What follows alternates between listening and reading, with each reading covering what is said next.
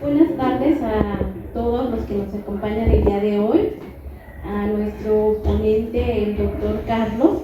Bienvenido, es un honor tenerlo con nosotros. A todas las autoridades educativas que el día de hoy nos acompañan, bienvenidos a todos. Quisiera abrir con una cita sobre el humanismo, espero no desentonar, haciendo referencia al antihumanismo. Una cita común y sencilla en torno al antihumanismo, referido por un gran pensador del siglo XX, Roland Barthes. ¿Qué importa después de todo que la margarina sea para simulación y artificio, si su rendimiento es superar a la mantequilla y sus grasas? ¿Qué importa esas pequeñas escorias del orden al lado de sus ventajas? Humanismo en educación. ¿Cómo hemos dejado, es decir, hemos perdido el referente humanista en la educación? ¿Qué implicaciones tiene la búsqueda de una formación integral de las y los estudiantes? ¿Por qué se dice que el humanismo habrá de guiar el contenido educativo, a las formas de abordarle, a cada elemento de la acción educativa? ¿De qué manera puede el referente humanista estar presente en los más amplios anhelos educativos, como en cada aula y en cada modesto espacio de trabajo? ¿El humanismo está presente en los nuevos planteamientos curriculares 2022? ¿Es un enfoque posible? ¿Es viable? ¿Es alcanzable? ¿En qué medida? ¿Estamos a tiempo? Son algunas de las preguntas que el día de hoy estaremos a la expectativa de escuchar de la palabra del doctor Carlos. Bienvenidos a todos y les doy la palabra a la doctora Isela, directora estatal de Formación Continua Michoacán, para que nos dé unas palabras de bienvenida. Adelante. Buenas tardes a todos, a todas, a los que nos están por ahí viendo en la transmisión en vivo. Gracias nuevamente por estar en estas conferencias mensuales. Agradecer su atención y su espacio que nos dedican para el día de hoy estar aquí ante el doctor Carlos Razo Horta. Bienvenido a Michoacán. Gracias. Bienvenida doctora Rosa María a Michoacán nuevamente. Gracias a cada uno de ustedes que se tomaron el tiempo para venir a escuchar qué es eso del humanismo en la nueva escuela mexicana. Sin duda que hoy escuchamos algunas cosas de la nueva escuela mexicana, todavía no nos queda claro los fundamentos, todavía no nos queda claro cómo lo concretamos en la escuela, cómo van a ser los nuevos libros de texto, todavía no tenemos los contenidos todavía, tenemos algunos lineamientos, algunos ejes, algunos ámbitos. Creo que tenemos más dudas que respuestas, así como inició la maestra Selene. Pues creo que estamos ante un gran filósofo que el día de hoy nos va a dar a conocer su punto de vista respecto al humanismo y la nueva escuela mexicana. Creo que debemos de tomar nota y sobre todo de hacernos cuestionamientos, porque creo que ya la nueva escuela mexicana tiene, a partir del 2018 está en construcción, todavía no está terminado el proceso, pero ante esta situación que vivimos el día de hoy de incertidumbre y que ya vamos a terminar un ciclo escolar, que tuvimos una pandemia inesperada, cómo estamos llevando a cabo nuestras prácticas en nuestras escuelas y cuáles son las posibles alternativas para iniciar el próximo ciclo escolar. Yo también tengo muchas dudas, entonces vamos a darle la bienvenida, como sabemos en Michoacán, al doctor Carlos Horta, por favor. Gracias.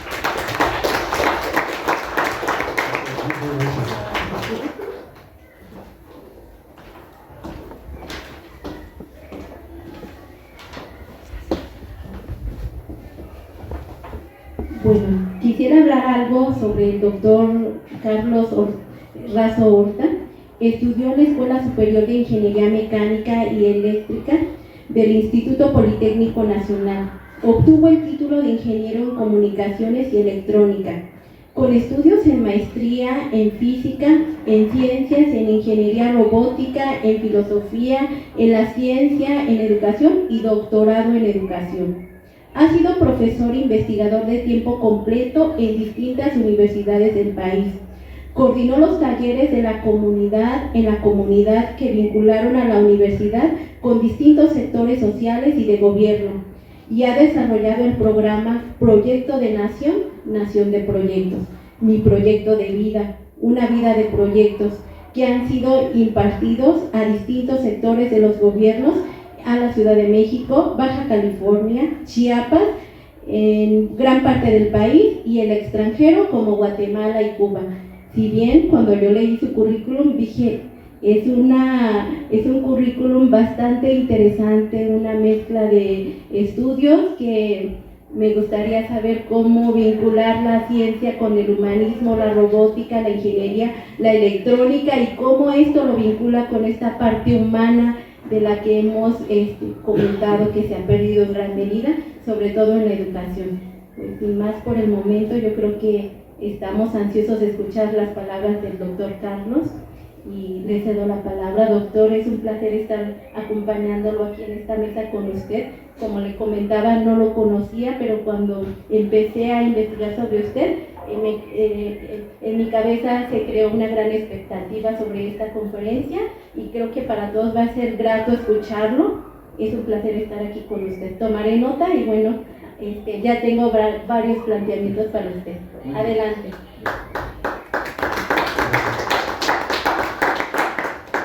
Gracias por tu presentación, Selene. Gracias, doctora Isel.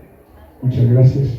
Muchas gracias a ustedes que nos acompañan en este espacio de reflexión, donde todos tenemos preguntas, todos tenemos dudas, y comenzamos cuando hablamos del humanismo diciendo: nosotros somos las preguntas que hacemos. Así que comenzamos a entendernos desde ahí. Somos las preguntas que hacemos. Seremos las respuestas que encontremos. Los temas a reflexionar en esta ocasión son temas que abarcan todos los espacios educativos, filosóficos del país y del mundo. En todas partes se discute el asunto de la escuela, la educación, y en todas partes se duda de la eficiencia y la pertinencia de los sistemas educativos. Lo mismo en Estados Unidos, Francia, Inglaterra, los países que presumen de ir adelante, de repente volteamos a ver y están muy atrasados por allá, ¿no? Muy atorados.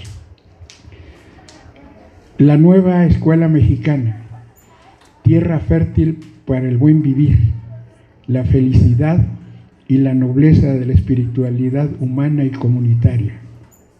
¿Pero eso qué quiere decir?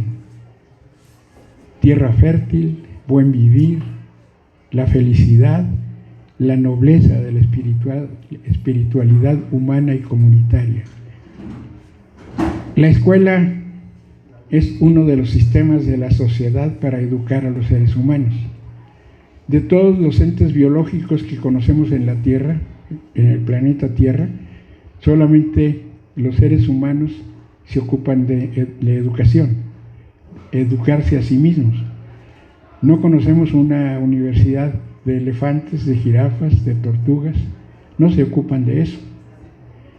Claro que no los podemos acusar de eso, pero sí admitir y aceptar la condición, la responsabilidad que tenemos en todos los universos de ser seres humanos conscientes, inteligentes, que hacemos uso de la razón, de la racionalidad. La educación, cuando hablamos de la nueva escuela, implícitamente estamos diciendo que la escuela que tenemos ya no resuelve los problemas de los seres humanos. Y entonces tenemos que contestar y cuáles son esos problemas de los seres humanos que la anterior escuela pretendía o se proponía resolver. Vamos a hablar en principio de este tema de la espiritualidad humana y comunitaria. La espiritualidad humana es un tema a discusión desde hace mucho tiempo. Muchos de los grandes filósofos se han ocupado de ese tema, que es la espiritualidad. Y hay muchas versiones. Sobre todo en estos tiempos, una de las acepciones más importantes es que cuando se habla de espiritualidad humana, por lo general se habla de religión. Y por supuesto que esa es una parte importante de la espiritualidad humana, la religión, claro que sí. Y no vamos a discutir ni a someter a revocación de mandato si es o no la religión importante. Yo creo que en estos tiempos más del 90% de los seres humanos tienen una concepción religiosa y muy firme, ¿no? La espiritualidad humana, entonces vamos a abordarlo para poder ir definiendo de qué escuela estamos hablando. El señor Carl Sagan, un cosmobiólogo estadounidense que vivió en California de 1933 a 1996, él decía que los seres humanos somos polvo de estrellas. Y hacía una explicación muy bella, muy bonita, de tal manera que uno tendría que decir, pues sí es cierto, ¿no? Somos polvo de estrellas. Pero las repercusiones y las consecuencias de eso no nos queda muy claro, ¿no? ¿Polvo de estrellas de cuáles estrellas? ¿Del canal de las estrellas? Pues no, claro que no. ¿De cuáles estrellas procedemos? ¿De cuáles venimos? Y cuando los físicos teóricos, los físicos cuánticos, nos dicen, mira, sospechamos, no tenemos la certeza de que los seres humanos hemos sido formados por radiaciones cósmicas que tuvieron lugar hace miles de millones de años y ahora nos están llegando a la Tierra. Y si yo le digo a un físico teórico, demuéstralo, no puedo demostrarlo, pero es una propuesta, ¿sí? Somos polvo de estrellas, pero nosotros en la visión que tenemos sobre la espiritualidad humana, decimos sí, somos polvo de estrellas que piensa, que siente, que ama, que trabaja y que sueña. Somos polvo de estrellas que hace eso. Los elefantes también son polvo de estrellas y yo diría, sin ofender a nadie, igualitos a nosotros. Claro, de otra forma, tampoco vamos a exagerar. Pero, ¿cómo es el pensar de esos entes biológicos? Y viene la discusión con los biólogos. ¿De veras piensan los elefantes? Y claro que hay propuestas que nos hablan de eso. El pensar de muchos entes biológicos. Nosotros, pues, somos polvo de estrellas que piensa, que siente, que ama, que trabaja y que sueña. Y una primera clasificación que podemos hacer es proponer qué es eso de la espiritualidad humana. Y a nosotros se nos ha ocurrido plantear esto, que sí nos interesaría conocer sus opiniones, que nos ayuden, porque este tema es de todos, ¿no? Aquí lo que nosotros hacemos, pues, no sean malos, también échenle algo a la espalda a ustedes, ¿no? Nosotros, los que estamos aquí, comenzamos siendo espíritu explorador. Al nacer, nace un explorador. Y yo diría, con ánimos de provocar la discusión, a mí se me hace que antes de nacer también. A mí se me hace, no estoy diciendo que sí, ¿no? Pero si no, ¿cuáles son los problemas con algunos niños? Que su periodo de gestación ocurre en un ambiente difícil, violento, agresivo. ¿No percibe el feto esto? Yo se los dejo de tarea a ustedes, que seguramente la curiosidad los atrapará y dirá, vamos a pensar eso, vamos a formar un club de filosofía que se ocupe de eso, ¿no? El espíritu explorador, que tiene como fundamentos la curiosidad. Somos curiosos. Nacemos preguntando. Lo que pasa es que no nacemos con el lenguaje, el vocabulario. Pero imagínense un bebé que acaba de nacer ahorita, ¿cómo le hace para decir, ¿y a dónde carambas vine a dar? Me llegaron noticias de la guerra de Ucrania y que la pobreza, y y que el virus del mono, y que miren nomás a dónde vine a dar. No me pidieron permiso, ni me preguntaron. ¿Cómo construir la curiosidad del ser humano? La curiosidad del ser humano, el placer de la curiosidad, pero enseguida el placer del descubrimiento. Van dos cosas ahí muy fuertes. ¿A poco no han sentido ustedes, quizá a veces con los alumnos, pero quizá a veces con los niños, la felicidad cuando descubren que lo que le enseñaron en la escuela, van en el carro con el papá, ay mira papá, ahí se tienda, y ¿a poco no se conmueven con eso? Somos descubridores, somos investigadores naturales. Pero ¿qué pasa con ese investigador natural cuando llega el preescolar? A mí me parece, y creo que aquí habrá opiniones muy razonables, que en el preescolar le siguen la corriente de la curiosidad de los niños, pero en la primaria dice, a ver, tantito. Yo tengo un currículum y tal día, el lunes a las 8 de la mañana, tienes que ver esto. Oye, pero la curiosidad, no, olvídate de eso. Y más aún ya cuando llegamos al posgrado, a los doctorados, ya no tenemos nada que hacer en los doctorados, la curiosidad ya se la acabaron. A veces nos cuesta trabajo distinguir, y lo decimos en los cursos de posgrado, cuál es la diferencia entre una licenciatura y un posgrado. Porque por ahora hay una avalancha que nos dicen que el posgrado es como el 9º semestre de la licenciatura. El 9º semestre, ese es un posgrado. Pero nosotros tenemos que revisar y ver que probablemente en la licenciatura nos dicen cuáles son las preguntas y nos dicen las respuestas. Y el examen consiste en que coincidan las respuestas con las preguntas. Este es un excelente estudiante, sí, porque se aprendió de memoria todas las respuestas. ¿Y qué inventó? No, nada, pero pasó con 10. ¿Cómo vamos construyendo ese espíritu rebelde, insurreccional del que pregunta? El que pregunta es un rebelde y quiere respuestas. Y si no se las dan, se para, camina y busca. ¿Cuándo matamos ese espíritu de los niños? En la licenciatura nos dan las preguntas y las respuestas. Y se supone que en el doctorado tenemos que proponer las preguntas y buscar las respuestas. No cualquiera, con un método, con procesos que hemos ido construyendo a lo largo de miles de años para construir las respuestas. Nos ocuparemos más de este tema un poquito más adelante. Entonces, tenemos el espíritu explorador como primera marca de la espiritualidad humana. Somos espíritu explorador. Y más nos vale que estemos llenos de dudas, de preguntas.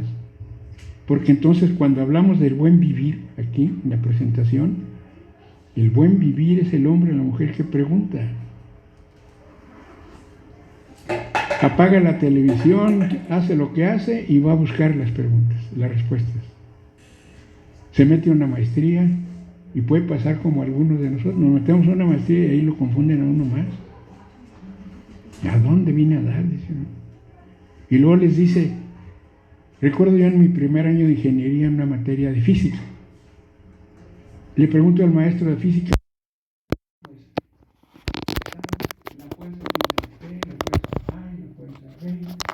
y todas las semanas pues no dan la fuerza.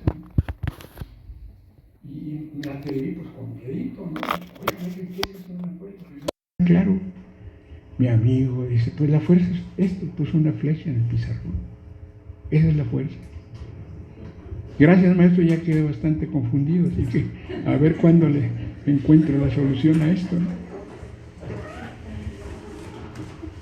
Pero la escuela, vieja escuela, la que denunciamos y que por medio de la cual decimos que necesitamos una nueva escuela que forme ese espíritu explorador.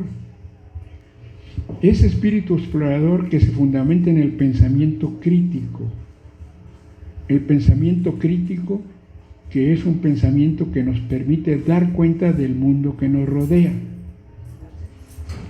Dar cuenta del mundo que nos rodea, a ver si no resulta atropellante, pero el mundo que nos rodea se divide en un mundo material y en un mundo no material. Estoy hablando del macrocosmos, agujeros negros, galaxias, etcétera, etcétera, etcétera.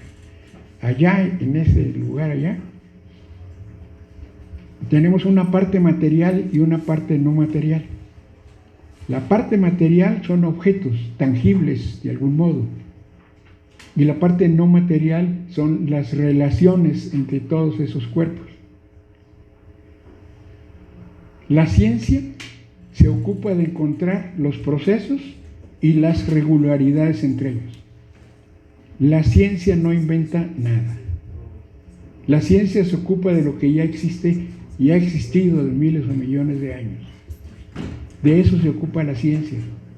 Einstein, de Broglie, todos los grandes científicos nos vinieron a decir lo que ha habido en los universos desde hace miles de millones de años.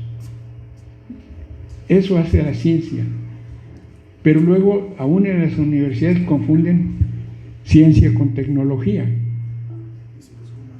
Y la tecnología se ocupa de que todo aquello que el científico descubrió, poder hacerle propuestas para transformarlo en algo.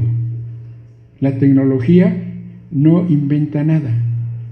Si acaso inventa, son nuevas maneras de relacionar los procesos del universo que descubrieron los científicos para obtener electricidad, medicinas, telas, refrigeradores, automóviles. Esa es la tecnología. El científico que se ocupa de descubrir lo que hay en el mundo, ¿cómo carambas queremos que sea científico de primera si no le decimos cómo? Ahí descubre, ¿qué descubre? Pues a ver qué te encuentras, ¿no? O descubre esto, sí, pero esto lo descubrió Faraday hace 200 años. Pues tú, ¿qué más hacemos? Nadie se va a enojar por eso. Dije que lo acabas de descubrir. Entonces, ¿cómo formar ese espíritu de la curiosidad a partir de la razón, de la racionalidad? Y en el siglo XIX nos dijeron, fíjense, por cierto, no solo en el siglo XIX, ya venían copiando a Aristóteles, pero ya en el siglo XIX, con el positivismo, nos dicen, muchachos, les tengo una noticia, fíjense que ya me di cuenta que todo lo que hay en el macrocosmos y todo eso, lo podemos explicar a través de las causas y los efectos. Si está un planeta, tiene sus causas. Y si está una galaxia, tendrá sus efectos. La ciencia se ocupa, eso lo dijo Aristóteles, de descubrir las causas si conoces los efectos, o descubrir los efectos si conoces las causas.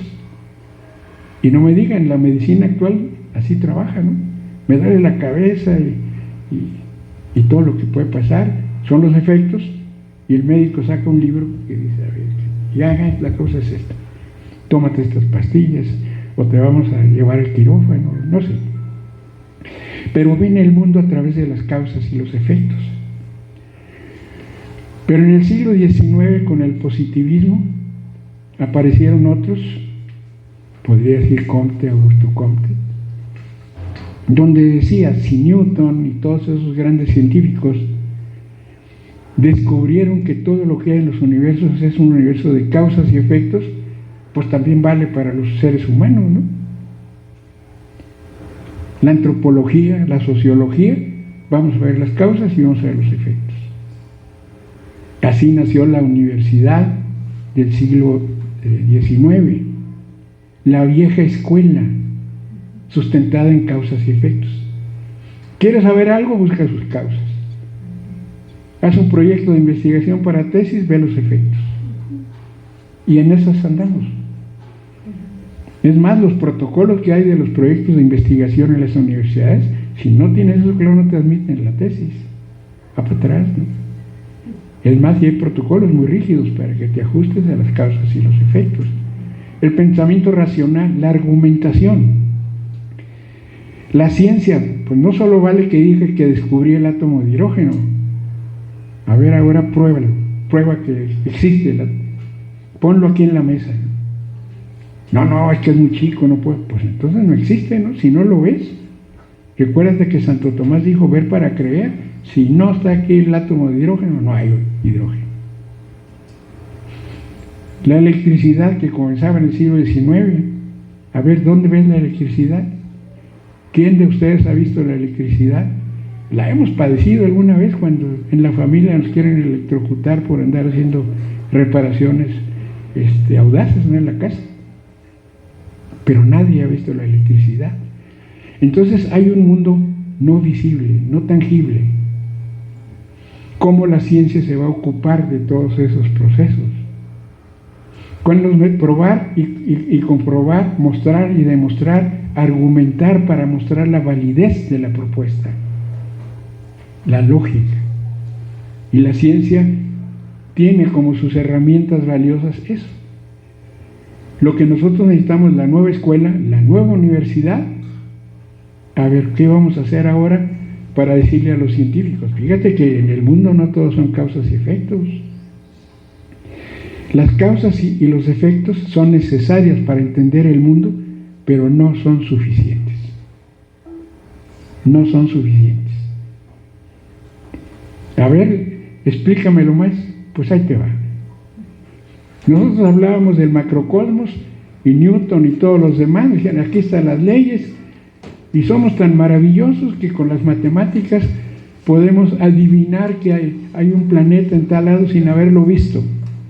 La influencia de ese planeta que no vemos en la trayectoria de este otro planeta nos dice que allí hay un planeta. Y al tiempo lo encuentran. Oye, sí tenía razón el tal Einstein, ¿cómo le hizo? Pues esos son los métodos de la ciencia: prevenir, prever, advertir, adivinar. Si me perdonan la expresión, un científico no es para que ande adivinando, pero ahorita aquí entre nosotros, digámoslo así. Entonces la ciencia tiene sus métodos y nosotros necesitamos, así como hablamos de una nueva escuela, necesitamos una nueva concepción de la ciencia. Lo que les decía de la naturaleza. En 1900, estamos hablando de hace 100 años, aparece por ahí algunas teorías, diré, que se ocupan de lo más pequeño, de lo más pequeño, de lo más pequeño, y así nos vamos. La física newtoniana hablaba de lo grande, más grande, más grande, más grande. Planetas, masas, galaxias, velocidades enormes, etcétera, etcétera. De eso hablaba. Los físicos del 19, del siglo, hasta el siglo XIX. Pero después salen algunos impertinentes, dicho con mucho cariño, por supuesto, y quitándose el sombrero para decirles impertinentes por el mundo que nos dieron. A ver, ya me explicaste eso, y aquí está Newton y las leyes de los planetas, calculado todo a la exactitud. Es más, con las leyes de Newton descubrimos que hay una regla, es decir, descubren las leyes. La colocación de los planetas del sistema solar, donde están, obedecen a una ley.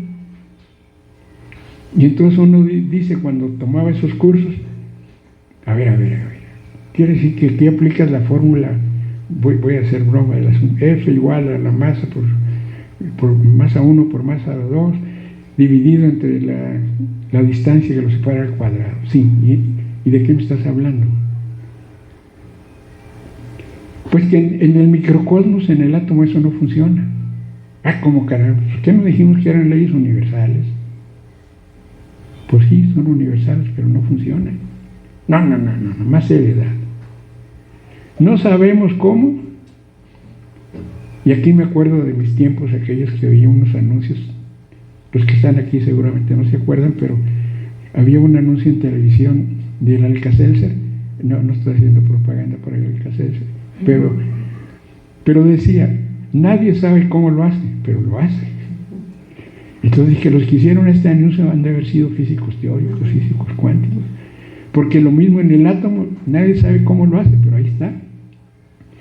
Y al tiempo nos dimos cuenta de que probablemente lo que está ocurriendo en el átomo marca lo que está ocurriendo en el macrouniverso. Y por supuesto nosotros también. Esa visión que no tenemos, por ejemplo, uno de los fundadores de la teoría cuántica, Max Planck, lo entrevistaron en 1916 por ahí y le pidieron que explicara qué era la teoría cuántica. Y el fundador de la teoría cuántica dice, yo no sé. Pero si encuentran a alguien que diga que él sí sabe, no le hagan caso, no sabe lo que dice. Y muchas de las cosas de la teoría cuántica salen del sentido común de nosotros. Por ejemplo, si yo estoy parado en aquel lugar, en aquella esquina, y les digo, cierren los ojos, por favor, y todos me obedecen, y cuando cierran los ojos me cambio este lugar. Abran los ojos y les digo, a ver qué fue lo que pasó. Ay, caminaste de acá para acá. Y me van a decir, ¿pero qué es eso de caminar? Pues fui ocupando puntos sucesivos hasta que llegué allá. Órale, sí es cierto, en nuestro mundo eso pasa, pero en la teoría cuántica eso no pasa. Por eso hablan de la teletransportación. Está un objeto en un punto y lo puedes colocar en otro punto. Pero la cosa más espeluznante, se lo voy a decir así para que no puedan dormir hoy en la noche, ¿de dónde vengo? Lo que pasa es que la teletransportación puede ocurrir de tal manera que si ese objeto está aquí, se teletransportó de hace 10,000 millones de años. ¿Y cómo le hago para saber eso? Pues me pongo a llorar porque no sé. El sentido común no me explica eso. Entonces el sentido común, abreviamos un poquito el asunto del sentido común porque luego es necesario. El sentido común son las maneras de pensar el mundo, pensarse en el mundo y ser en el mundo a través de los sentidos. La vista, el tacto, el oído, el gusto. ¿Y cuál me faltó? ¿La razón? El olfato. El sentido común no funciona en el universo cuántico. ¿Cómo vamos a preparar los filósofos del siglo XXI en México? Los niños de la nueva escuela tienen que saber teoría cuántica. Y no me digan que no saben porque no los contratamos en la nueva escuela. Se vale que digan, yo quiero saber. Apúntenme en la lista, yo quiero saber cómo se le hace. El siglo XXI, en el futuro, la humanidad depende de la teoría cuántica. Si no preparamos ingenieros, médicos, arquitectos, ingenieros mecánicos, preparados con esa referencia de la teoría cuántica, estamos perdidos. Seremos colonia del más pintado que se ponga en el barrio, que ya saben ustedes quién es, ¿no? Entonces, nos van a dominar. ¿Cómo le vamos a hacer para formar esos científicos? Pues con una formación filosófica. Talleres de filosofía en la nueva escuela. ¿Qué significa talleres de filosofía? Son las bases teóricas. Talleres de filosofía que vayan más allá de los conceptos positivistas, causales, de la causa-efecto en la conducta humana. ¿Cómo le vamos a hacer? Entonces tenemos que decir que el ser humano, ya dije del espíritu explorador, pero para poder construir el espíritu explorador, el ser humano necesita fundamentos filosóficos, fundamentos teóricos. Nos vamos a calambrar porque decimos filosofía, no, ya olvidémonos, que da calambres cuando uno le decían en la prepa, Vas a llevar la clase de filosofía. Ay, no. Prefiero matemáticas. De los males el peor, decía uno. Males peor, les digo una autocrítica. Yo fui maestro del poli como 20 años en matemáticas, ¿no? Pues yo era el enemigo público número 1 de los alumnos. Ay, viene todo de matemáticas. No se enferman, no falta esto. ¿Cómo? ¿Cuáles son los fundamentos filosóficos del ser humano, de cada uno de nosotros? Cada uno de los que estamos aquí tenemos fundamentos filosóficos y más nos vale que los sepamos.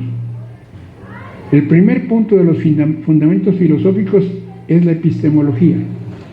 Cómo pensar para pensarnos. Cómo pensar para pensar. Fíjense qué simple el asunto. Porque si nosotros pensamos como otro nos dice, pues ya perdimos. Aunque sean sabios, si yo voy a pensar como Faraday, Maxwell, Marx, Einstein, etcétera, etcétera, mutilé la mitad de mi espíritu. La curiosidad la maté. Y yo debo ser tan curioso como Einstein, ¿no? ¿Cuál es la desventaja que tenemos nosotros? Nuestros niñitos en el preescolar, ¿qué desventaja tienen con el cerebro de Einstein? Ninguna. Quizá los niños en preescolar tengan la desventaja de sus maestros o de la escuela, pero por eso estamos proponiendo la nueva escuela, ¿no?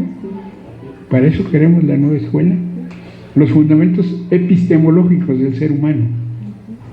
Luego los fundamentos ontológicos. Después de pensar el mundo y después de pensarme en el mundo, ¿cómo soy en el mundo? ¿Qué significa ser en el mundo? Voy a definir mis propuestas ontológicas, pero después de haber pensado el mundo y después de haberme pensado en el mundo. Así definimos la ontología. La tercera categoría es la ética. Nosotros, la espiritualidad humana es la espiritualidad ética. Y la ética definida como aquel sistema de valores, de principios, de la convivencia y relaciones del ser humano con la naturaleza, con los otros seres humanos y consigo mismo. Esa es la ética. La siguiente categoría es la estética. Y ahí los filósofos han hecho muchas historias, ¿no? Y la estética se refiere solo a la belleza, una escultura, una pintura, etcétera, etcétera. Pero nosotros pensamos, si hablamos de la espiritualidad humana, la estética son aquellos sistemas de la sensibilidad humana para pensar el mundo, pensarse en el mundo y ser en el mundo. Los sistemas de la sensibilidad humana, el amor, el gusto, la alegría, la pasión por saber, la pasión por aprender, por descubrir, las emociones y los sentimientos que gobiernan nuestra vida. Ese es otro de los fundamentos filosóficos de cada uno de los que estamos aquí. Todos tenemos ese sistema. Nada más que no sabemos, porque de repente aparece como aquella anécdota que cuentan de un maestro que llegó a un pueblo a dar clases de literatura y después que explica algunas cosas habla de la prosa. Y uno de los alumnos le dice, oiga maestro, ¿así que yo hablo en prosa? Fíjense, después de tanto tiempo descubrió que había una prosa, ¿no? Pero además que él la usaba.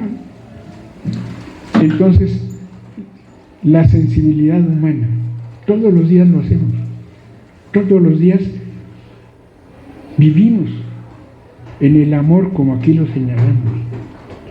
En el amor, el respeto, la justicia, la dignidad.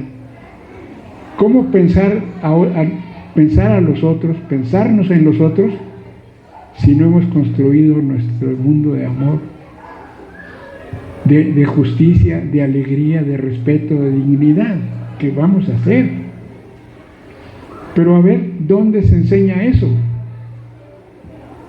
Pues dejen hacer propaganda. En la nueva escuela mexicana que estamos ahí armando. La nueva escuela mexicana se va a ocupar de eso. Y olvídense del bullying y de quién sabe qué en las escuelas.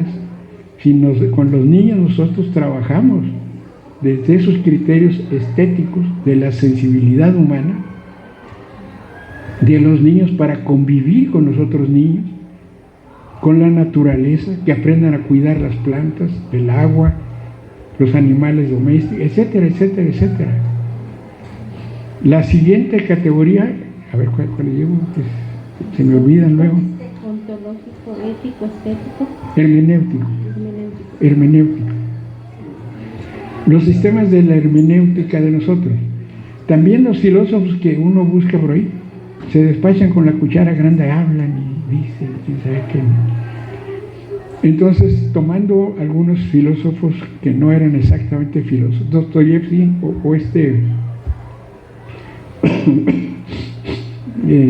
Baltasar Gracián, que decía, no basta con los hechos, es necesario las circunstancias. Nosotros no nos damos cuenta quiénes somos ahora porque luego no entendemos las circunstancias de nuestra infancia, en la secundaria, en la preparatoria, en la normal, etcétera, etcétera. ¿Cuáles son las circunstancias? ¿Cuáles son las circunstancias en este momento en México? Si nosotros vamos a abrir talleres de filosofía en las ciudades, quizás no nos cuelguen porque ya estamos más civilizados, pero no nos va a ir bien. Dice, oye, este loco, ¿qué le pasa? ¿Cómo que filosofía para niños? Los niños necesitan cuentos de Walt Disney y pues cuentos, ¿no? No te metas en eso con los niños. La siguiente categoría son los sistemas complejos. ¿Qué carambas queremos decir con sistemas? Ahora, la palabra sistemas y también sistemas complejos se usa como una muletilla. Estamos hablando de un asunto de la economía del país, las elecciones, y no, pues es que se cayó el sistema. Pero, ¿cuál sistema? ¿Y qué fue lo que se cayó? No nos queda claro qué se cayó. ¿Y qué tal si se vuelve a caer? ¿Cómo le hacemos para prevenir que se vuelva a caer el sistema, ¿no? Entonces los sistemas, nosotros lo definimos, los sistemas complejos. Los sistemas como un conjunto de relaciones, de procesos, y aquí comenzamos con las diferencias. Los sistemas que uno conoce y comenzaron a difundirse en el mundo son los sistemas que no hablaban de procesos, sino de elementos. Un sistema mecánico, el automóvil, el motor de un automóvil, regresan dentro de 10.000 años y va a funcionar igual. Bueno, casi igual, ¿no? Lo limpian y todo. Sigue siendo un motor, no cambia. Pero un sistema de procesos, los procesos cambian por las circunstancias de las que hay. Los seres humanos ahora tenemos unas circunstancias diferentes a cuando aquellos tiempos que yo no sé cuándo ocurrieron, que comenzó a formarse los seres humanos. Probablemente las circunstancias del tiempo se dieron de tal manera que apareciera el ser humano, ¿no? Si hubieran cambiado un poquito la inclinación del eje de la Tierra, vayan ustedes a saber qué, pues no estaríamos aquí, no sabemos. Pero lo importante es plantear las preguntas. Bueno, ¿cuáles son las circunstancias de aquel tiempo? ¿Cuáles son las circunstancias de México en 1910? ¿De veras podemos decir, y espero no me malinterpreten, que ese camino era el correcto? La lucha armada, etcétera, etcétera. No, por favor, ojalá no me malinterpreten, pero hay circunstancias que se dan y que uno debe tomar en cuenta. Las circunstancias de nuestros padres. Cuando le dijimos al papá, quiero entrar a la secundaria, ¿no? Y nomás vimos que el papá se jalaba los cabellos, que yo quería que trabajaras en el campo, hombre, pues necesito ahí quién, ¿no? Y comienza el pleito, ¿no? Acerca de las circunstancias, ¿no? La complejidad de este sistema, las relaciones entre los procesos de los que hablo pueden ser causa-efecto, y ese es un sistema causal. Pero cuando las relaciones entre procesos son más que causa-efecto, se dice que es un sistema complejo. Las relaciones en un sistema complejo nos indica que así como pueden cambiar los procesos, no cambian igual. Unos cambian mucho, otros poquitos, otros no se mueven. Y en los sistemas mecánicos todos cambian igual. Todos cambian igual. Pero en la vida real eso no ocurre. Entonces necesitamos elaborar una teoría de los sistemas complejos que nos dé posibilidades de explicar todo esto. Hay más sobre ese tema, pero lo voy a dejar para poder abordar los otros. La siguiente categoría de la espiritualidad humana es el sistema, el espíritu comunitario. Todos nosotros vamos por la vida acompañados de algo. Ninguno vamos solos. Y aunque uno crea que sí va solo, sobre todo cuando anda uno acá en las tragedias, nadie me comprende, estoy solo en la vida, etc. Pero no es cierto, es hacerle el drama, ¿no? Pero además es emocionante, por ejemplo. Estoy solo en el mundo, el universo no me comprende. ¿Cómo? Sí, todos hemos pasado por eso. Unos mucho y otros no tanto, pero hemos pasado, ¿verdad? Entonces, el sistema complejo es cuando las relaciones entre la gente no son causa-efecto. Entre los que estamos aquí no hay relaciones causa-efecto. Un compañero al otro le puede decir te quiero mucho, y si le dice ese mismo al otro, oye, ¿qué traes? A ver, aquí va a correr sangre, ¿no? ¿Verdad? Y aquí va a correr, algo quieres. Dinero no traigo, así que dime claramente qué quieres. No, es que son relaciones. Ahora imagínense en la familia. Compliquemos el asunto. Entre hermanos, entre los esposos, la relación del papá con los hijos, la mamá con los... Y luego si entran los abuelos, pues ya se armó la trifulca, ¿no? Pero el asunto es saberlo, ¿no? Porque si no lo sabemos, de repente te cae un rayo y vienen mil explicaciones. Ay, me cayó el rayo porque estaba debajo de un árbol o algo así, ¿no? Nada que ver, pero pues algunas... ¿Perdón? Un castigo divino. El karma puede ser eso. No, creo... Una muerte divina también. Creo que me he portado mal, voy a tener que... O bien, dependiendo de la postura. ¿Dependiendo? De la postura. Dependiendo de la postura, de sus cosmovisiones. Cosmovisiones. Y ahorita vemos lo de las cosmovisiones. Y la última categoría son la visión estratégica del futuro, los sueños, las utopías. Todos nosotros tenemos eso. Y no es un error decir, todos los que están aquí es porque estos soñaron ser maestros. Y tuvieron que pasarlos. ¿Cuántas veces en la carrera profesional dicen, no, creo que esto no es para mí, creo que me equivoqué de puerta, me debí haber metido a otra escuela, ¿no? La visión estratégica del futuro, los sueños. La visión, podemos abordar mucho de lo de la visión estratégica del futuro, pero ahora no es el momento y nos llevaría algo de tiempo. La visión estratégica. Entonces, la espiritualidad humana en sus tres grandes versiones: el espíritu explorador, el espíritu comunitario y el espíritu soñador.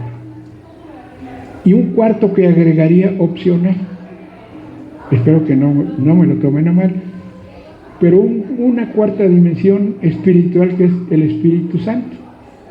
Yo no creo en eso, pero tampoco me pongo, aunque alguien me diga, sí, ya tengo las tres categorías de la espiritualidad y aquí le agregamos la espiritualidad religiosa. No se puede, porque además es verdad, ¿no? El ser humano es... La visión, el ser humano tiene como punto de partida sus fundamentos filosóficos, que ya los vimos. Y entre los fundamentos filosóficos, la espiritualidad, espíritu explorador, espíritu comunitario y espíritu soñador. Luego de ahí, lo que sigue es encontrar el sentido y el significado de la vida del ser humano. La nueva escuela mexicana tiene que ponerle atención. La escuela debe ser para lo que los hombres y las mujeres encuentren el sentido y el significado de su vida. Para eso es la nueva escuela. ¿Y qué es eso del sentido y significado de la vida? Número uno, los ideales. ¿Qué le da sentido y significado a la vida de cada uno de ustedes? Pues sus ideales. Sus ideales.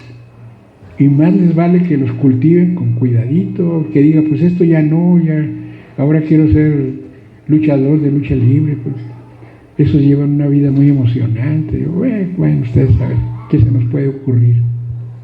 Los ideales. Número 1, los ideales. Somos nosotros lo que nuestros ideales. Número 2, las convicciones, las creencias y los símbolos.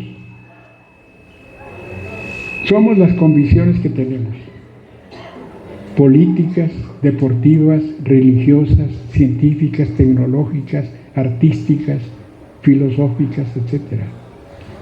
Los símbolos, la bandera mexicana, el águila serpiente, la Cruz Roja, el Seguro Social, yo no sé, tantos símbolos que hay por ahí. Y la tercera categoría que le da sentido y significado a nuestra vida son las esperanzas. Nosotros vivimos alimentados por las esperanzas.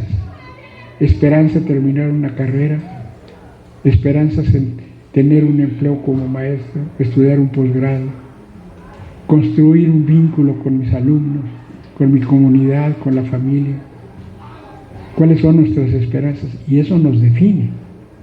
Un hombre con esperanzas, lo primero que hace es compartir con la esposa, con los hijos, con los vecinos, con los compañeros de trabajo.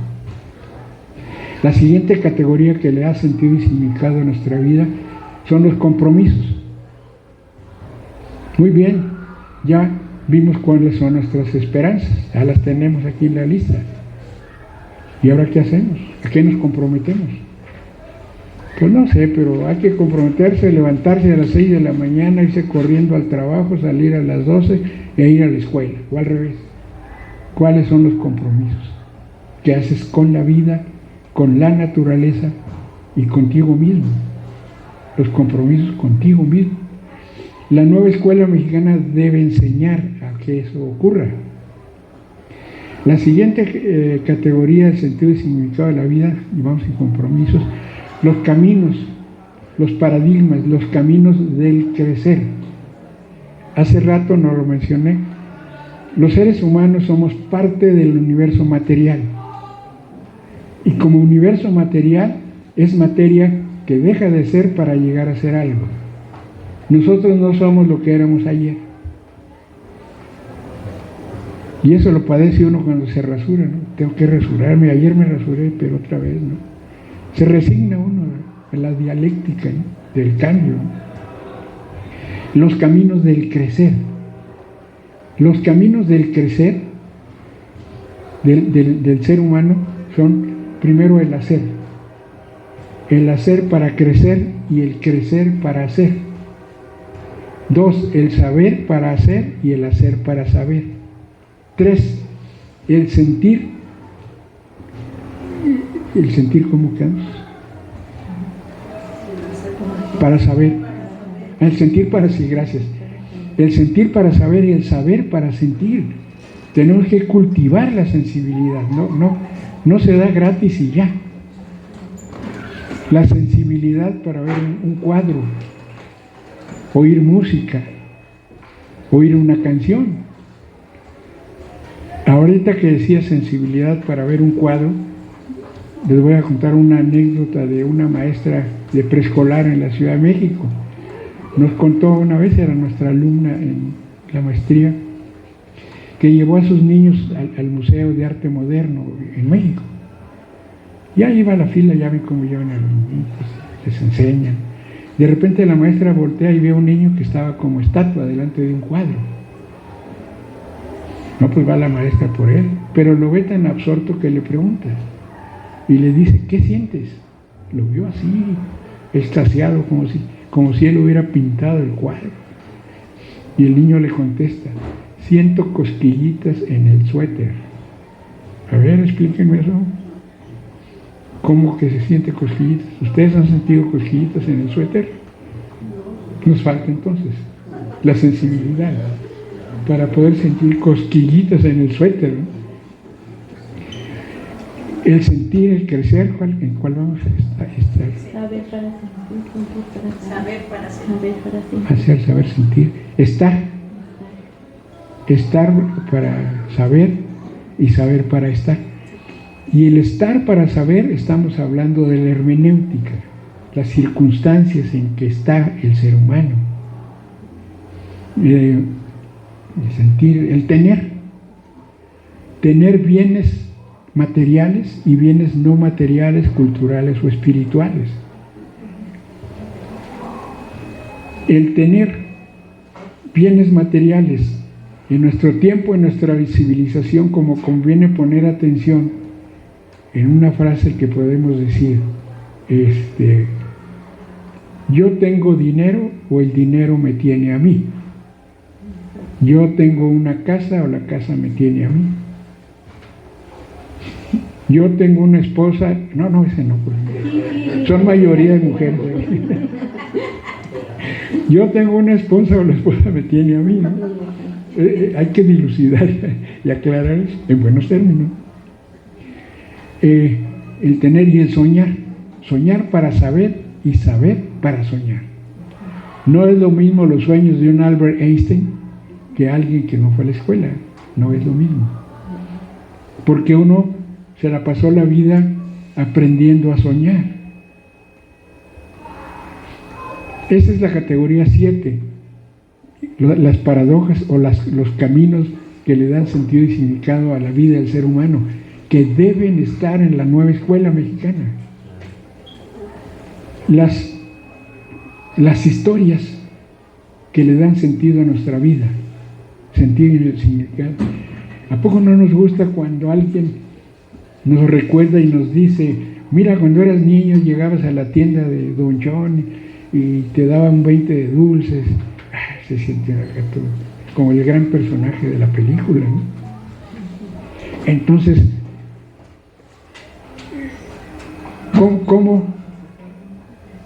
¿cómo nos sentimos en los otros? Las historias que cuentan de nosotros. ¿Y a poco no es sabroso? De repente, pues luego puede terminar en casi tragedia, pero se junta la familia el domingo, los abuelos, los tíos, las nueras y los yernos y los nietos y todo eso, y alguien comienza, les voy a platicar cómo era su papá Miguel. Y él comienza a contar la historia del papá Miguel, y el papá Miguel, no es cierto, eso no, por lo menos no lo digas delante de mis hijos. Y comienza la feria de recuerdos, ¿no? Pero eso da unidad.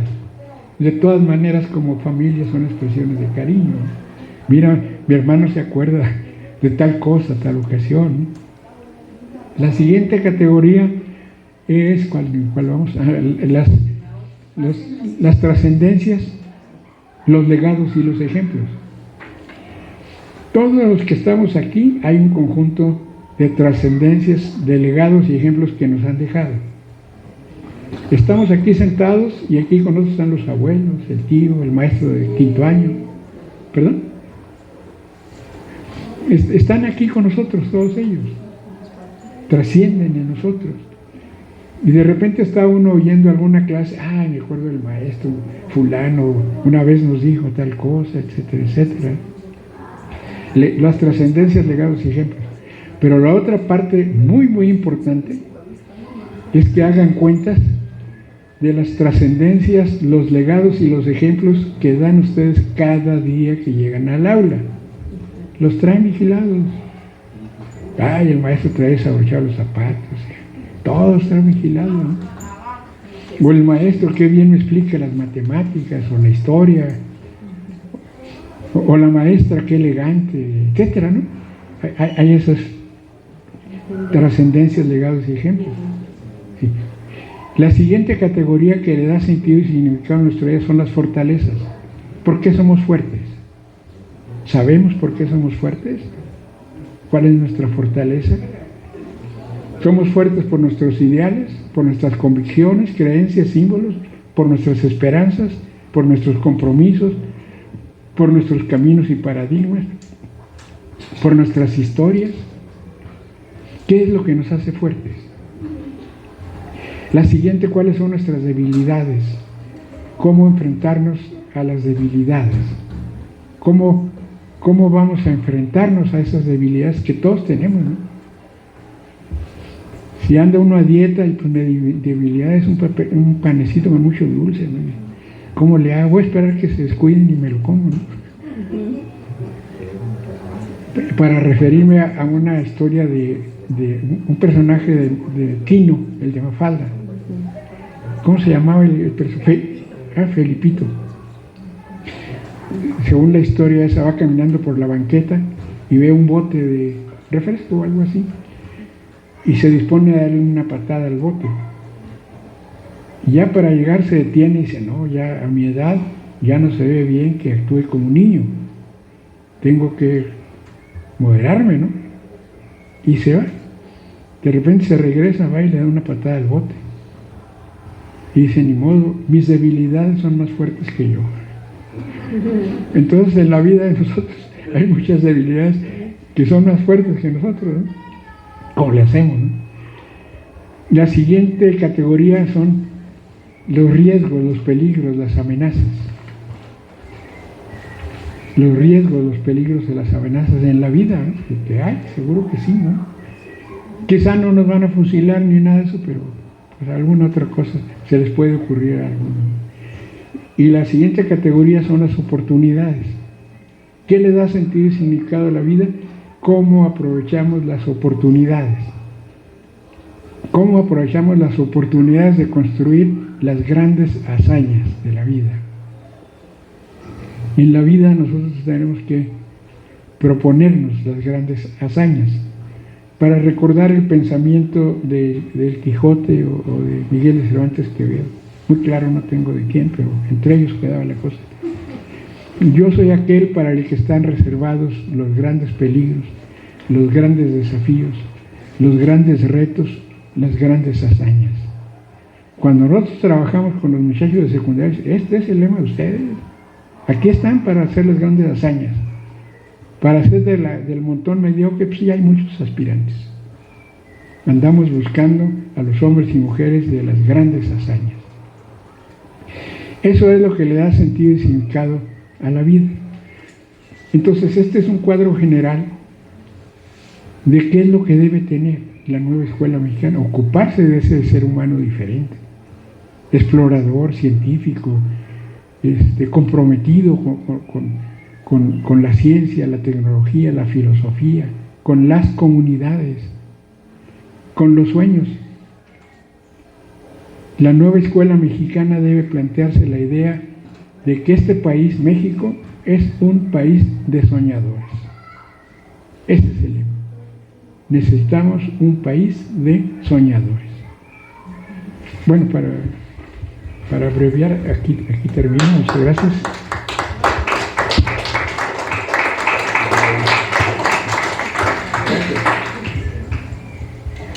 Bueno, yo creo que el doctor nos deja un gran reto a todos los docentes, a todo el personal educativo en relación a mi pregunta: ¿es posible trabajar el humanismo en esta nueva propuesta curricular? Yo creo que ya nos dio muchos elementos y bueno, quisiera primero darle la palabra a ustedes. Alguien que tenga alguna duda, algún comentario, es el espacio para preguntas al doctor. ¿Alguien desea comentar o preguntar algo? Muy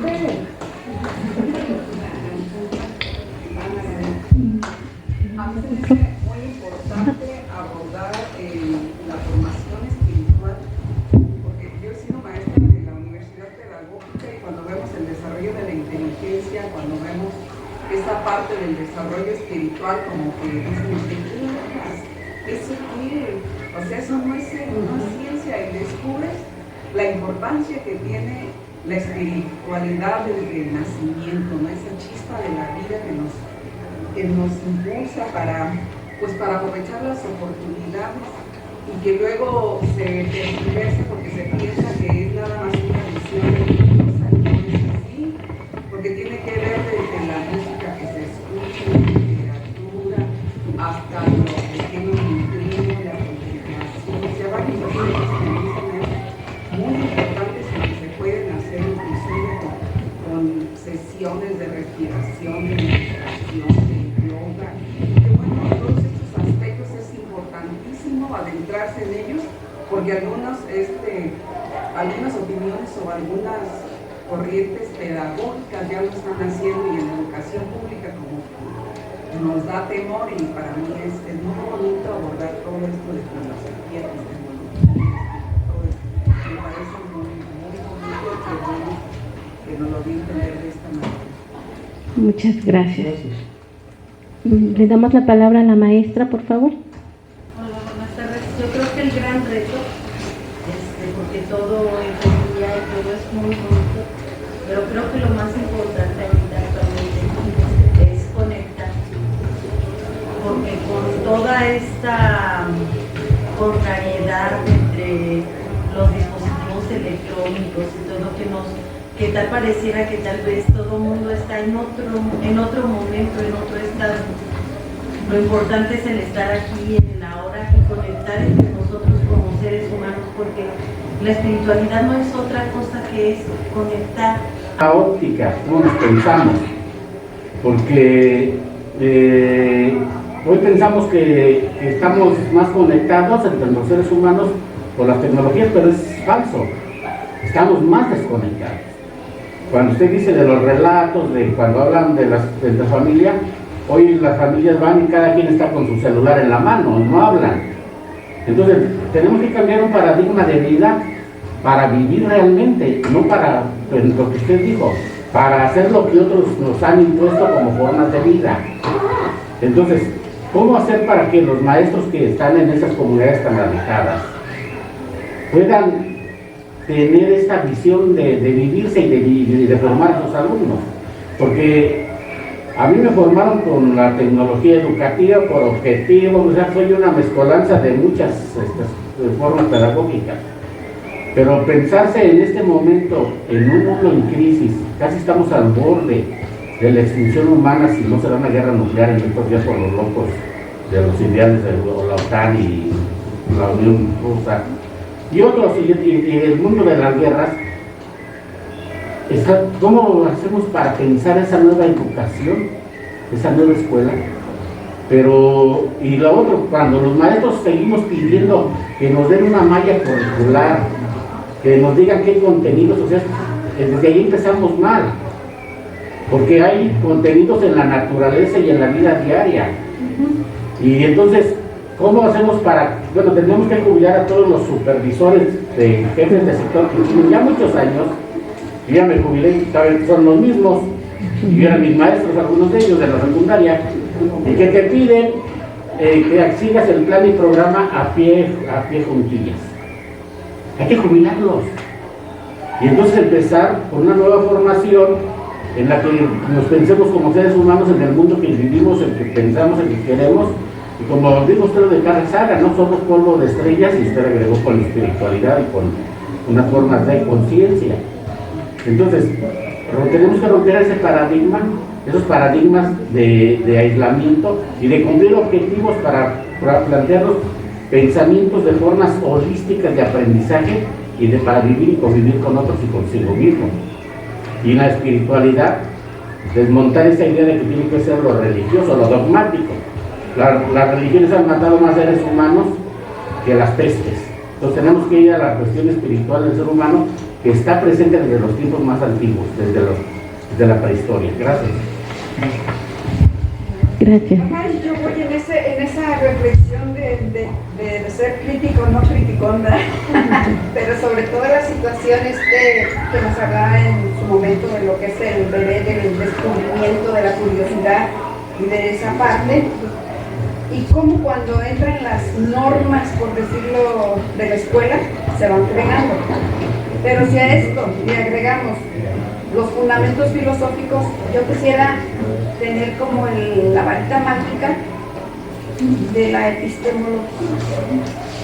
¿Cómo le voy a entrar con la nueva escuela mexicana, con estos fundamentos en el yo pienso diferente? Pero aún así, mis alumnos piensan con una mentalidad ya muy ligera y que todo esté ya dado a través de la tecnología, porque por la tecnología ya encontramos toda la información, creyendo que esta información pues se ríe, si no siempre así sucede. Entonces viene la nueva escuela mexicana y nos dice, empezamos con esto, pero ¿cómo hacer cambiar esos chips dentro del humanismo? A ver, ¿cómo le voy a, por aquí voy a entrarle? Maestro, adelante. Creo que perdón. Tienes que pensar,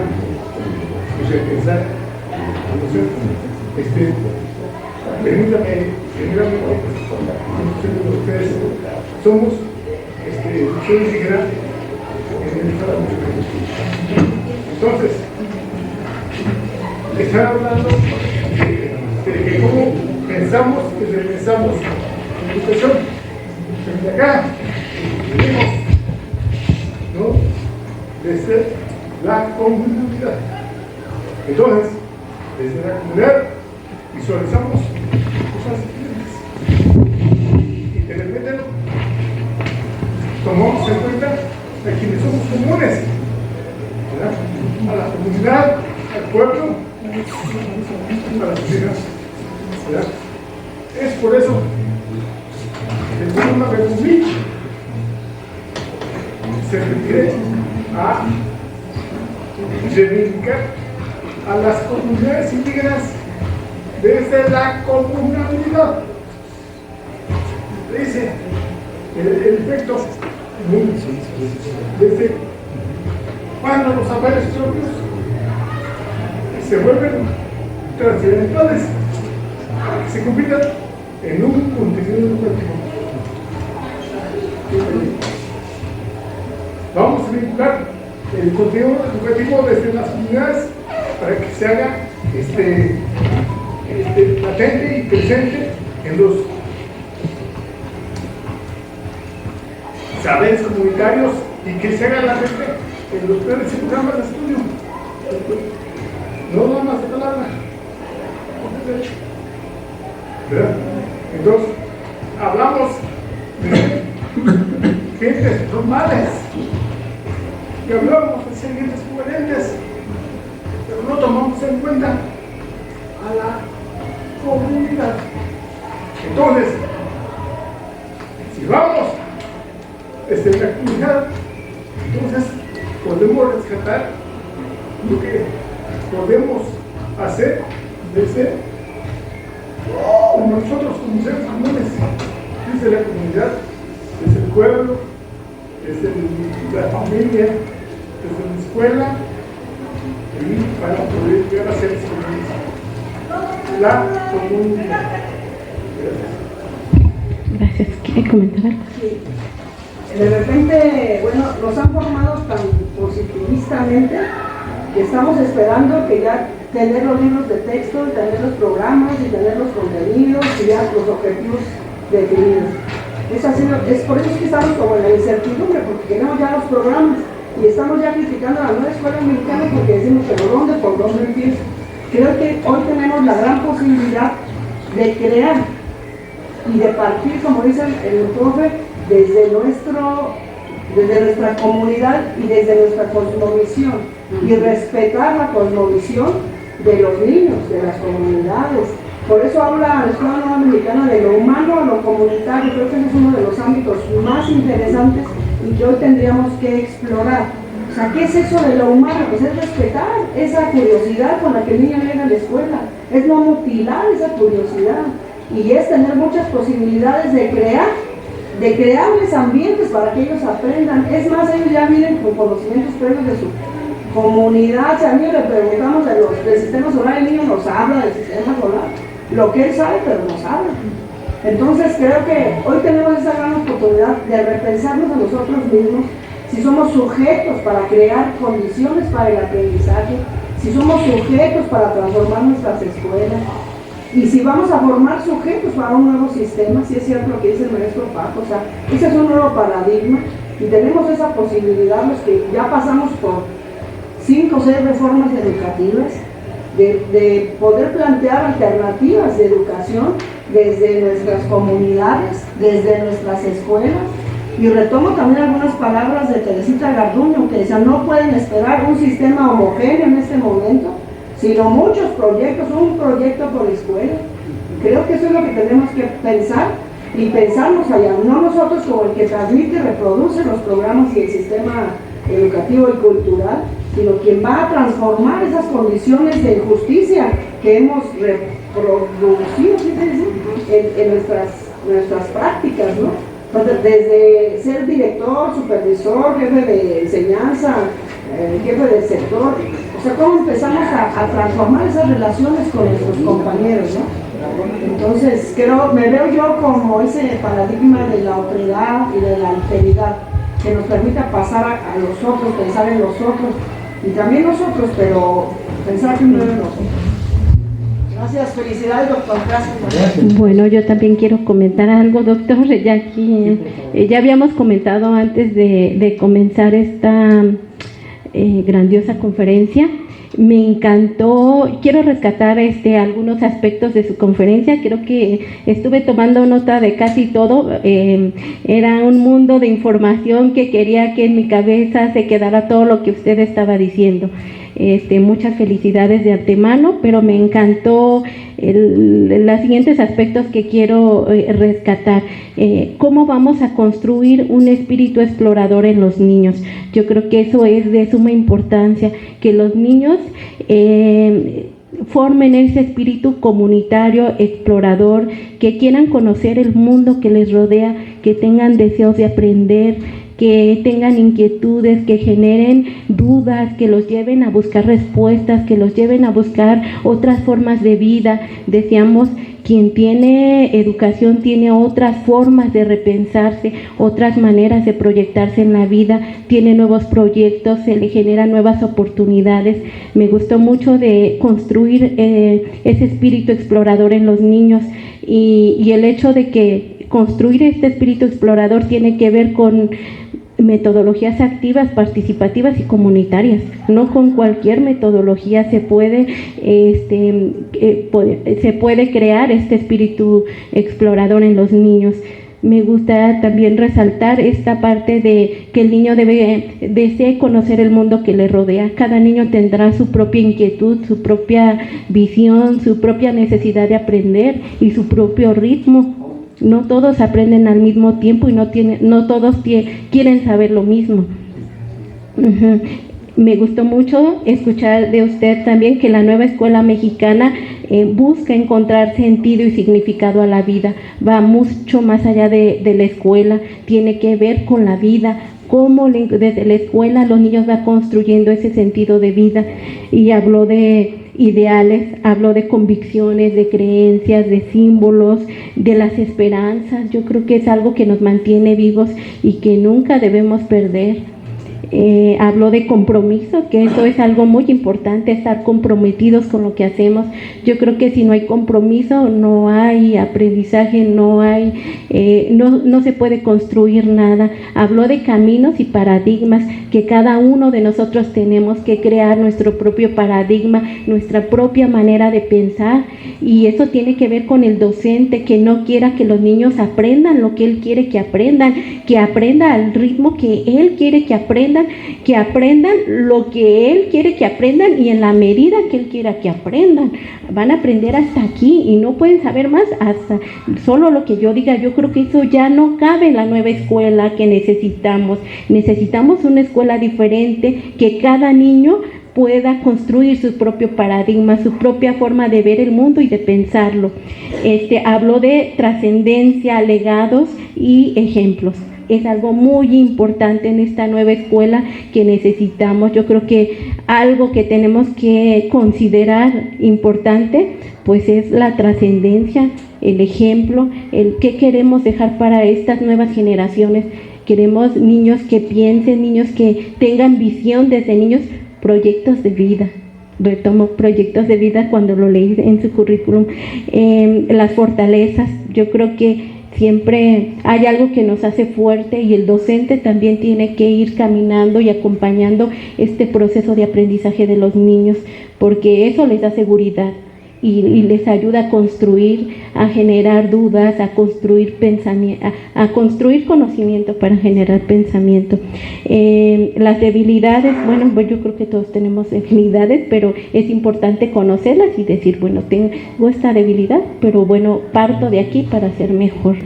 Los riesgos, los peligros y las amenazas, que también es algo que se tiene que tomar en cuenta, y sobre todo las oportunidades. Nos deja todos estos retos la nueva escuela mexicana. Creo que mi pregunta es, ¿aún estamos a tiempo? ¿Es posible trabajarlo con nuestros alumnos en nuestras escuelas? ¿Creen que sea posible? ¿Cómo llevarlo al aula? ¿Cómo es posible crear espíritus exploradores, comunitarios, soñadores, que tengan su propia visión del mundo? ¿Cómo se puede llevar al aula? Yo creo que nos dejó grandes respuestas, no las retomo todas, creo que sí tomé nota de todo, pero bueno, aún siguen muchas dudas que quisiéramos continuar platicando con usted. No sé si maestro quiere hacer alguna pregunta. Yo quiero hacer una invitación, porque se oye bien bonito, ¿no? O sea, el asunto es cómo. Si prácticamente nosotros vemos aquí, todos fuimos educados en ese proceso del instrumental, todos fuimos educados, salir a la más urbana y del teo ibérico. No encuentro cómo puedo hacer este asunto que me está planteando. O sea, no lo encuentro, ya no lo veo. Entonces el asunto es, si me voy a ir otra vez a la teoría o cuál es el método para aventarme, porque es muy fácil decir, bueno, los alumnos inquietos, exploradores, ¿y cuántos maestros son exploradores? Y entonces, si no hay el maestro, pues nunca, el alumno por sí solo es ahí en la calle. Si ustedes los ven, estos niños que son los niños decimos los niños de la calle, salven la vida si no necesitan la escuela para nada, saben perfectamente dónde moverse, más bien al llegar a la escuela lo castré, ¿no? Entonces yo primero matan el espíritu rebelde. Me parece que son categorías que nos las tenemos que llevarnos y verlo.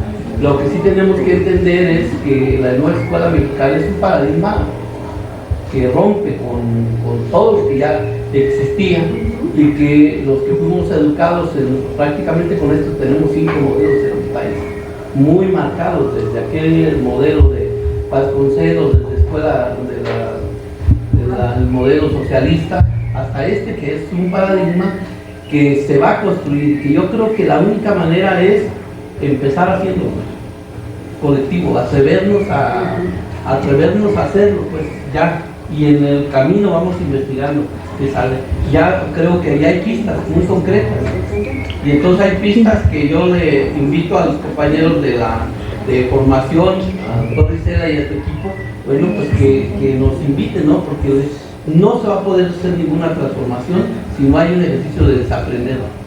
Pues eso no va a ser posible, y ahí nos vamos a quedar, ¿no? Sino entonces eso implica que las autoridades pues nos digan por dónde o cómo va a ser la estrategia para desaprender. Estamos a unos días de iniciar el ciclo escolar, y bueno, los libros de secundaria, pues los libros van a ser los mismos.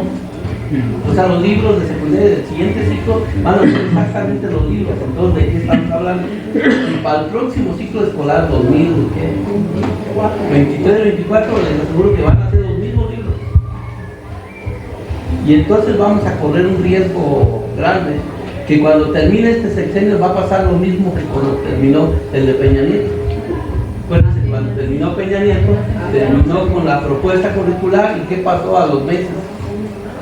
Hubo un decreto, se echó a la basura y todo eso se acabó. Y corremos el riesgo de que esto pase exactamente lo mismo. Y entonces aquí la pregunta que tendríamos que hacernos como maestros es una pregunta de carácter ético. Es posible cambiar, tenemos que esperar a que nos digan, o necesitamos agarrar el toro por los cuernos y comenzar nosotros, y eso implica entonces los famosos consejos técnicos, los colectivos, empezar a pensarnos desde la escuela donde queremos construir este sentido de vida, de humanidad del país, ¿no?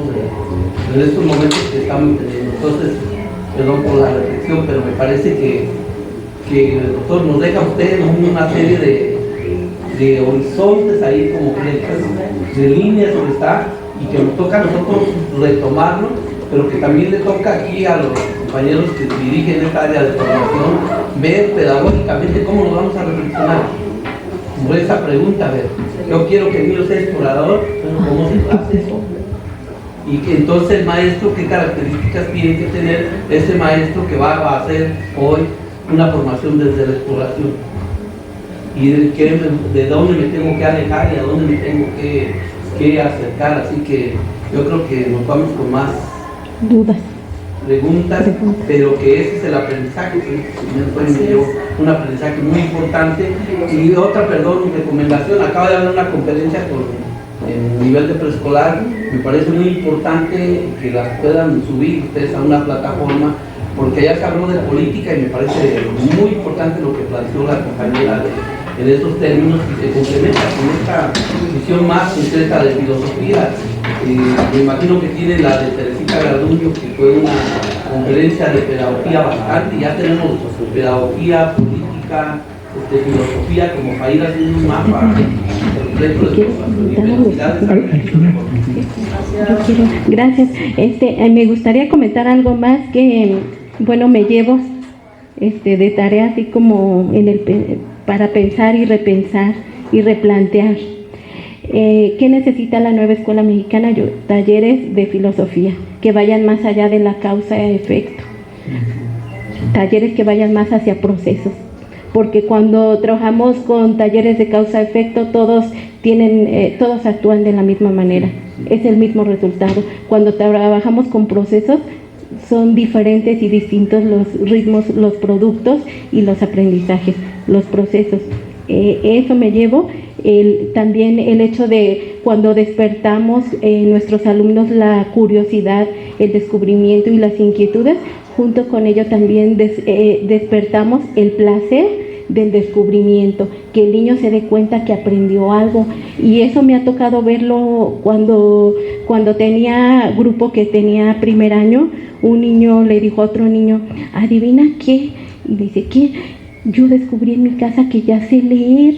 Y le dice, no, sí, mira, la maestra está escribiendo. Y empezó a leer lo que estaba escribiendo, pero sorprendido. O sea, él no se había dado cuenta que ya sabía leer. Entonces, y fue un ejemplo cuando en la pandemia, por eso me recordó mucho cuando yo tenía primer año. Dice, ya sé leer, y el otro niño le contesta, yo creo que tú también sabes leer, a ver, vamos a ver. Y empezaron a leer. Ese descubrimiento, ese entusiasmo, ese placer que sienten los niños cuando dicen, mira, ya aprendí algo, ya descubrí que hacía hacer esto. Bueno, yo creo que ese es un logro enorme como docente. Me llevo ese reto. Yo creo que, bueno, yo aquí tengo varias notas que me llevo para replantear esta conferencia que nos ha dado. Muchas gracias. Le cedo la palabra, doctor. Sí, él quiere participar. ¿Usted? ¿Al final? Yo creo que ya son todas las participaciones. El maestro Miguel Ángel, adelante. Muchas gracias.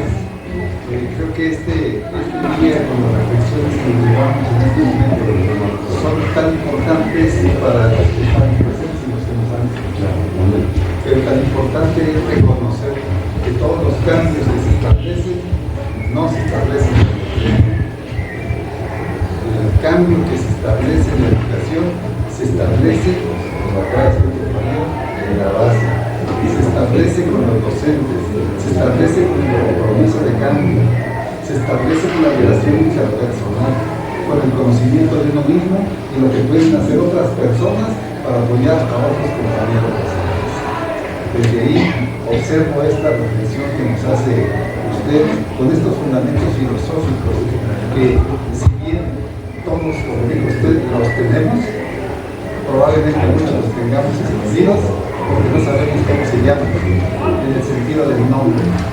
Tal vez nosotros sepamos cuáles son el carácter ontológico de cada uno de nosotros, pero no se lo podemos decir, no lo sabemos transmitir a nuestros compañeros o a nuestros alumnos. Uno de los problemas que se observan actualmente es desarrollar esto que son las estrategias innovadoras para trabajar con nuestros niños.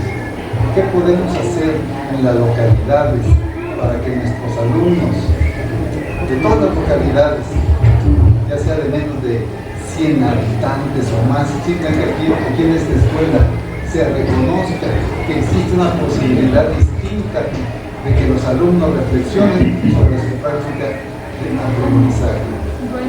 Muchas veces, y lo han visto y nos han mandado informes a través de la Dirección de Formación Continua, que el problema del aprendizaje no es el problema del aprendizaje, es el problema de la enseñanza. Y así nos lo han mandado. Ese problema de la enseñanza nos afecta a nosotros.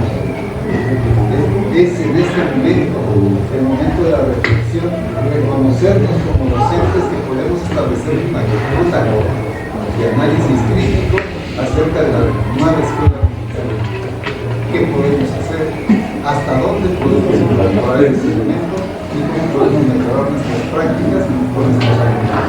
Si bien necesitamos establecer rutas para mejorar la visión social de las localidades, hay que empezar con los maestros en servicio, porque ellos son los que van a promover este cambio.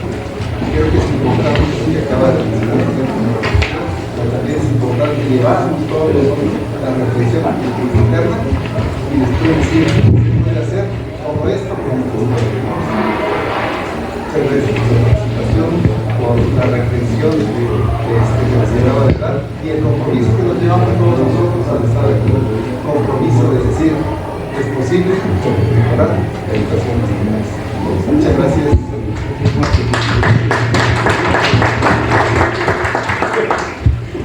Pues, doctor, le cedo la palabra. Ahora sí. Bueno, en primer lugar, cayendo en la provocación que nos hace Selene sobre la formación de cursos de filosofía, entonces cabe aquí abusar de la presencia de la doctora Isela y decir, te proponemos echar en plataforma un taller de filosofía voluntario para tu gente, tus compañeros.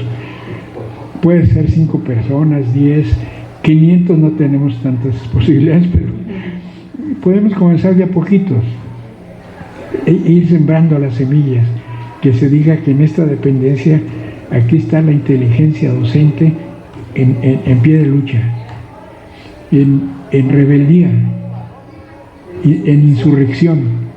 Los hombres y mujeres no convencionales que diseñan la nueva educación, aquí están, la nueva escuela, aquí están.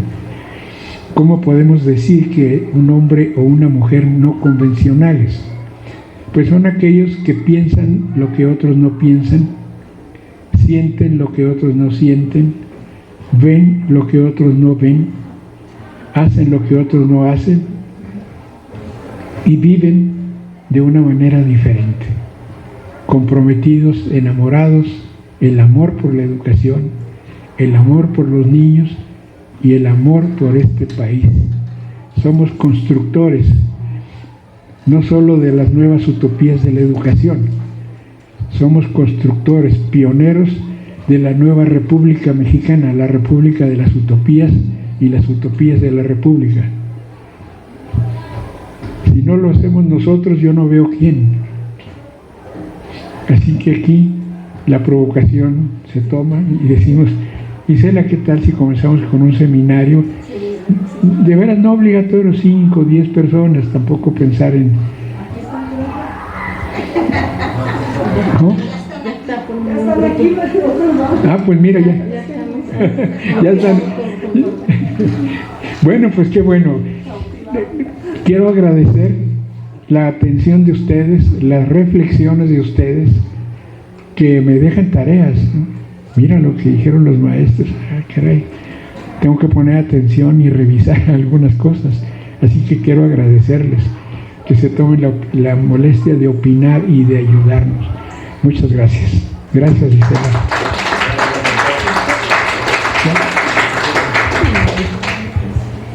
Bueno, agradecerle al doctor y entregarle por parte de la Dirección Estatal de Formación Continua en el Estado de Michoacán el reconocimiento por su valiosa participación en la conferencia magistral denominada Humanismo y la Nueva Escuela Mexicana, Un aplauso, por favor, al doctor.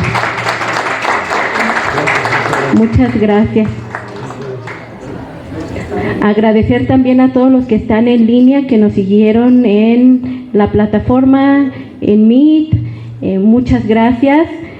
No hubo oportunidad de interactuar mucho, pero creo que nos llevamos un gran aprendizaje con toda la información que nos dio el doctor Carlos. Yo creo que son puntos importantes para reflexionar sobre la nueva escuela mexicana. Muchas gracias a todos y nos vemos la próxima conferencia. Gracias. Gracias a todos.